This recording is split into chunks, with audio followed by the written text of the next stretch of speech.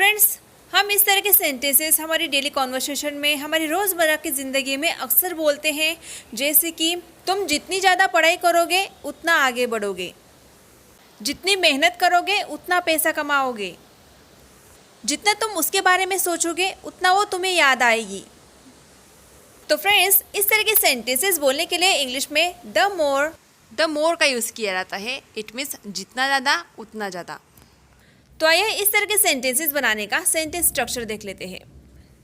Friends, अगर अभी तक आपने ई बुक परचेस नहीं किया है तो कर लीजिए। उस ई बुक की लिंक मैंने डिस्क्रिप्शन सेक्शन में दे दी है, आप वहाँ पे जाके वो ई बुक परचेस कर सकते हो। तो फ्रेंड्स, इस तरह के सेंटेंसेस में 2 बार द मोर का यूज़ किया जाता है। मतलब इस तरह के सेंटेंसेस में 2 पार्ट्स होते हैं, मतलब एक सेंटेंस में 2 पार्ट्स होते हैं। तो पहले पार्ट्स में आएगा द मोर प्लस सेंटेंस, पर ये जो सेंटेंस है, पहले पार्ट्स में जो सेंटेंस है वो आएगा प्रेजेंट इंडेफिनिट टेंस में, और सेंटेंस का सेकेंड पार्ट में आएगा द मोर और रिमेनिंग सेंटेंस, पर ये जो सेंटेंस है, सेकेंड सेंटेंस वो आएगा फ्यूचर टेंस में। फ्रेंड्स, यहाँ पे मोर की जगह पर अगर कोई कंपैरेटिव दूसरा वर्ड आ रहा है तो हम वो यहाँ पे यूज़ कर सकते हैं। Don't get so confuse guys, जब हम सेंटेंसेस देखेंगे, एग्जाम्पल्स देखेंगे तो आपको समझ में आ जाएगा। तो चलिए एक एक करके इस सेंटेंस स्ट्रक्चर के कुछ एग्जाम्पल्स देख लेते हैं। सपोज अगर आपको बोलना हो कि तुम जितनी ज़्यादा पढ़ाई करोगे उतना ज़्यादा तुम आगे बढ़ोगे, तुम्हें उतनी ज़्यादा सफलता मिलेगी।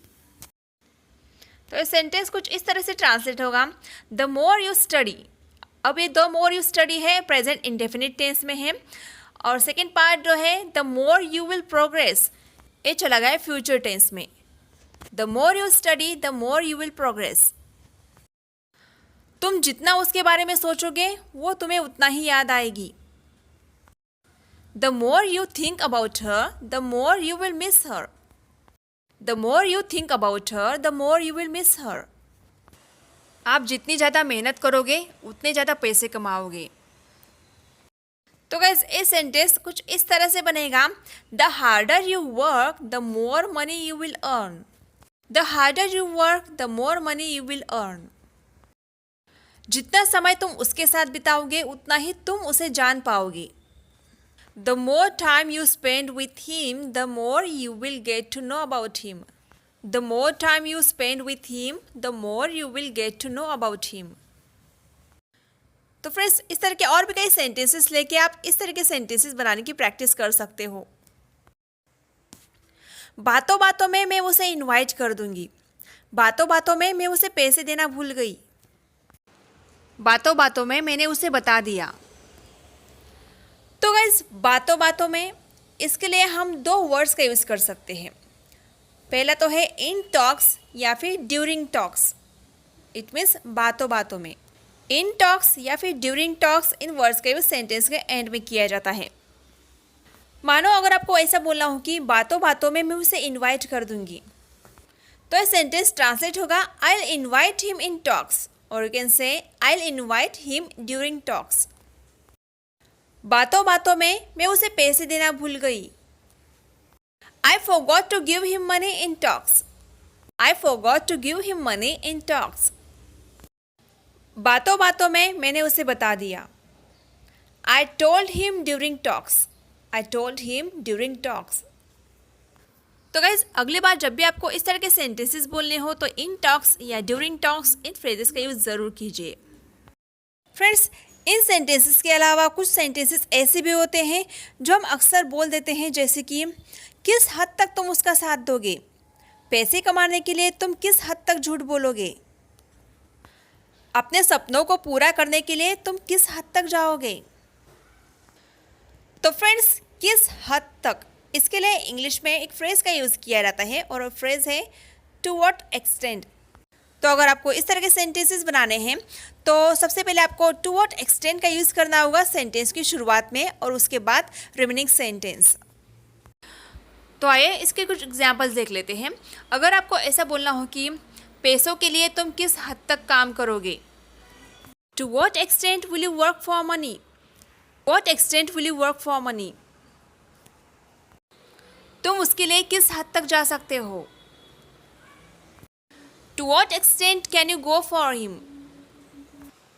To what extent can you go for him. अपने सपनों को पूरा करने के लिए तुम किस हद तक जाओगे?